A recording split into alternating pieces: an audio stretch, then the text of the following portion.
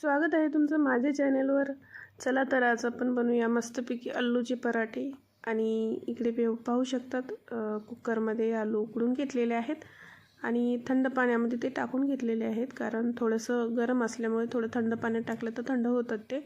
आणि त्याचे साल काढून घ्यायची आपल्याला। आणि अशा प्रकारे माझे 3च बटाटे होते, कारण मला 4च पराठे बनवायचे होते, कारण माझ्या मुलाला खूप आवडतात, बाकीच्या आमच्या घरच्यांना काही तेवढं आवडत नाही। तर अशा प्रकारे छानपैकी मी बटाटे खिसून वगैरे छान घेतलेले आहेत।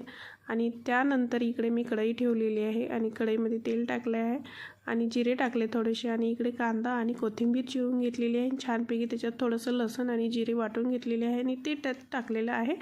आणि लसूण भाजल्यानंतर आपल्याला त्यामध्ये टाकायचं आहे कांदा टाकायचा आहे, आणि कांदा पण आपल्याला चांगल्या प्रकारे भाजून घ्यायचा आहे। आणि इकडे पाहू शकतात कांदा छानपैकी भाजून घेते मी। आलू पराठे हे फार सोप्या पद्धतीने हे बनवलेले आहेत मी, तर नक्की एकदा तुम्ही ट्राय करून पाहू शकतात। खूप छान बनले होते आणि तुम्ही पण एकदा नक्की करून पहा। आणि इकडे पाहू शकता थोडीशी कोथिंबीर टाकलेली आहे आणि ते पण एकदम मिक्स करून घेतलेले आहे। सगळं चांगलं प्रकारे आपल्याला भाजून घ्यायचं आहे। आणि त्यानंतर थोडेसे हळद टाकायची आपल्याला।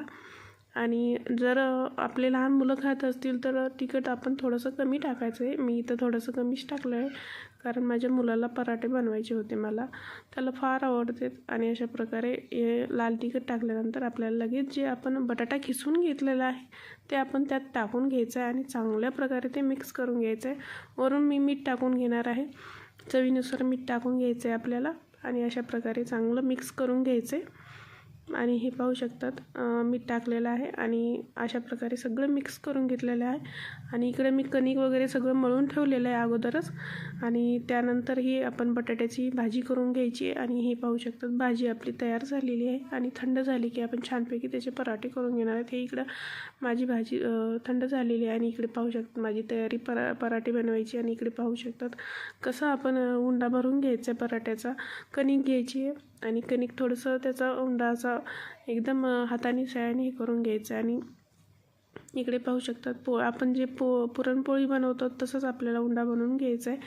आणि इकडे मी अशा प्रकारे पराठा लाटून घेतलेला आहे, पाहू शकतात तुम्ही। छोटे मोठे कशी बनवू शकतात, मी मोठे बनवलेत आणि ते थोडेसे पतले बनवलेत छान प्रकारे।